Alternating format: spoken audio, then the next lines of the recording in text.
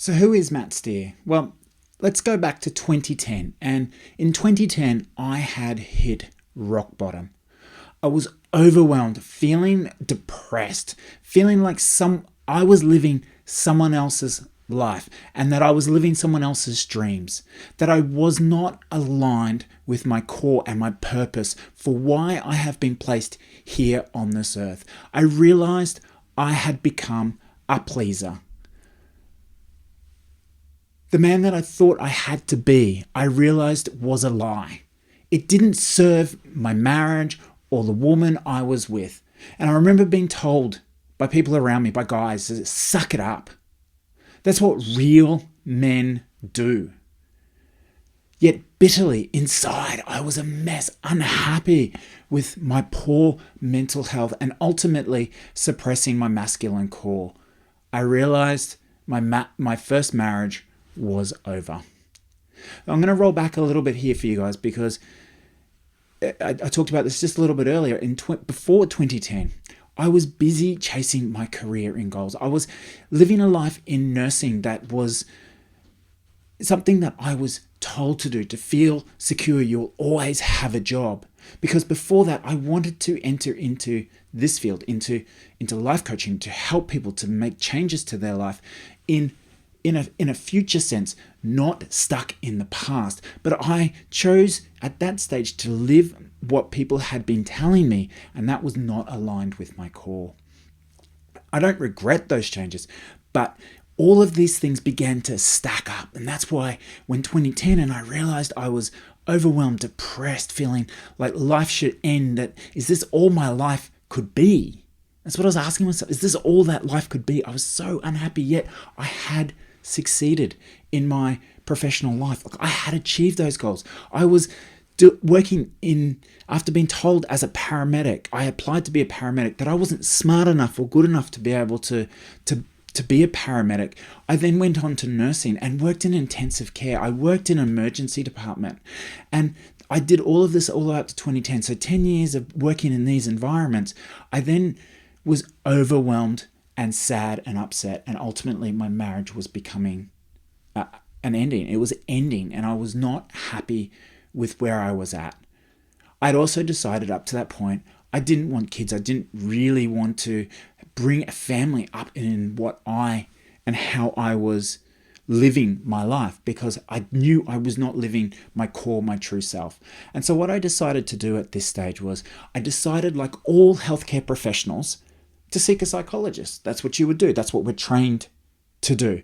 But after a year and a half of seeing the psychologist, and I had some incredible insights, I had some great learnings from this event, but ultimately a year and a half later, I was no further down the road than I was when I had walked into this, because I was spending every session in the past. I wasn't creating my future. I wasn't looking at my past events of my life and saying, right, how can I make a more empowering, a better meaning from these? Instead, I was stuck there. And so a year and a half later, I just felt like I just had inherited more problems that I needed to keep working on in order to be in that space. So I went back to my roots. I went back to my core. I went back to what I had studied in the 90s. And that was when I was studying my NLP, my CBT, ACT therapy, all that kind of stuff. That's where my passion was. And I decided to get a coach. I decided that the coach is the person who sees things that I don't see, so I can get towards my end goals. They can get me closer to that end outcome. And I decided I wanted to find the person who was living the life and had the distinctions that I needed to create the same results. I needed to know that they were also grounded in their purpose for their life, because then I would believe that my life had purpose. Because up to this point, I just didn't feel like it had anything. I was living a lie and living other people's dreams and their version of what they wanted their life, or what they were telling themselves that they wanted their life to be. I needed this person also to be authentically aligned with their values, because ultimately values are the guideposts for life. And that's something that has become very evident now in my life. As a result of seeking this person out, and in short 10 weeks session, I began to create the life that I wanted to. I was doing the things that I wanted to do. I was on the adventures. I took my 7 years and just ran off and did lots of men things and did things that didn't require me to be tied down here in a relationship. And I got that shit out of my system and had a friggin' awesome time. And that's what's led me to here with you today. I am here now as someone who has attracted the ideal partner. I got very clear on what she looks like, the kind of relationship I wanted to have with her, the person I wanted to stand beside on this magical journey of life that we have. This person, as I stand beside her, when I feel like things aren't going very well, when things aren't working out for me, I'm able to talk to her because I'm comfortable with my emotions. I am very aware and centered in my heart, in my emotions, and my purpose for life. I'm not afraid to talk to her about them. Now, sometimes I'm still working on this. I am still a work in progress. There are times where sometimes I have to say to her, honey, I'm not there able to talk to this yet. And she trusts me. She gives me the time for me to work my shit out, work myself out. And I then go and talk to her about problems. But we have built that relationship on trust between us, where we're able to do that with each other. And she doesn't take it personally or get upset. She probably does a little bit. But we have that trust between each other now that we're at a stage where she understands that when I need to close down for a little bit, work it all out, I will come and talk to her, and I do. Because I do believe that as men, we don't take care of our mental health. We don't take care. We're told to suck it up all the time, live these ideals of a macho man because that's what Hollywood or other people tell us what we need to lead. Yet that leaves us miserable, unhappy. We're not authentic. We're not grounded. We're not living our purpose.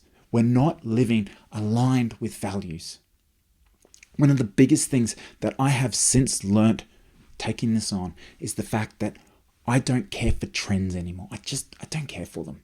I don't care with what everyone else is doing, what's going on. What I care about is me understanding my values, my purpose. Making sure that my decisions, I am 100% accountable for the decisions I make. The decisions that affect my family, I am accountable. I say what I mean what I say. We don't bend on these things. Because I am comfortable in my masculine core. I'm not being emasculated because that's what's going on in the world and, men shouldn't be these things. I agree the alpha male rubbish is just rubbish. It's been perpetuated and it creates unhealthy relationships. And ultimately, men, guys, we want to feel love and freedom from our woman. We want the freedom. I'm sure you're in the same boat. You want to feel free. You want to feel loved. You want to know that the woman standing beside you brings out the best in you. And I'm here to tell you, you can have that. You can have that if you choose, and you choose to walk this path. I have walked this path, and if you're willing, walk with me.